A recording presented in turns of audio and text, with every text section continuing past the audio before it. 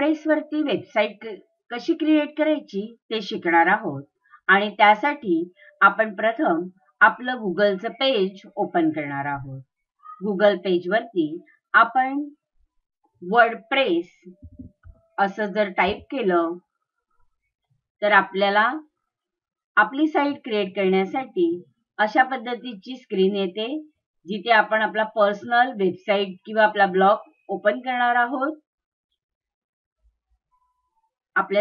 आपल्याला आलेल्या स्क्रीनवर आपण गेट स्टार्ट असं म्हटल्यावर आपल्याला वेगवेगळ्या पद्धतीने कोणकोणत्या स्टाईलमध्ये आपल्याला आपला ब्लॉग क्रिएट करायचा आहे त्या साईट दिलेल्या आहेत. सध्या आपण एज्युकेशन यावरती क्लिक करू. म्हणजे आपला ब्लॉग हा एज्युकेशनसाठी किंवा आपली वेबसाईट ही एज्युकेशनसाठी क्रिएट होणार आहे. त्यानंतर आपण वेलकम पेज घेणार आहोत. आपलं वेलकम पेज कसं असावं त्याच्या ह्या वेगवेगळ्या थीम दिलेल्या आहेत. आपल्या आवडीप्रमाणे आपण आपली थीम सिलेक्ट केली. ती पिक केल्यानंतर आपण आपलं युजर नेम टाकणार आहोत. फॉर एक्झाम्पल मी माझं नाव टाकलेलं आहे बघा, अस्मिता गवंडी.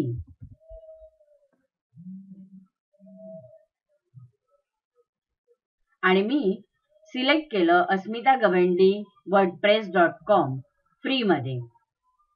आता यासाठी मी माझं ईमेल आयडी देणार आहे. युजर नेम ऑलरेडी आलेलंच आहे. मी माझा पासवर्ड दिला.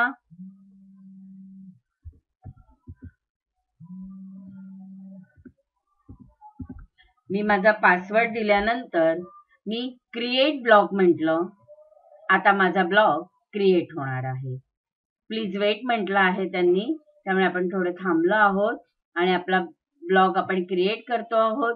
कंटिन्यू म्हटल्यानंतर आपला ब्लॉग तयार होणार आहे.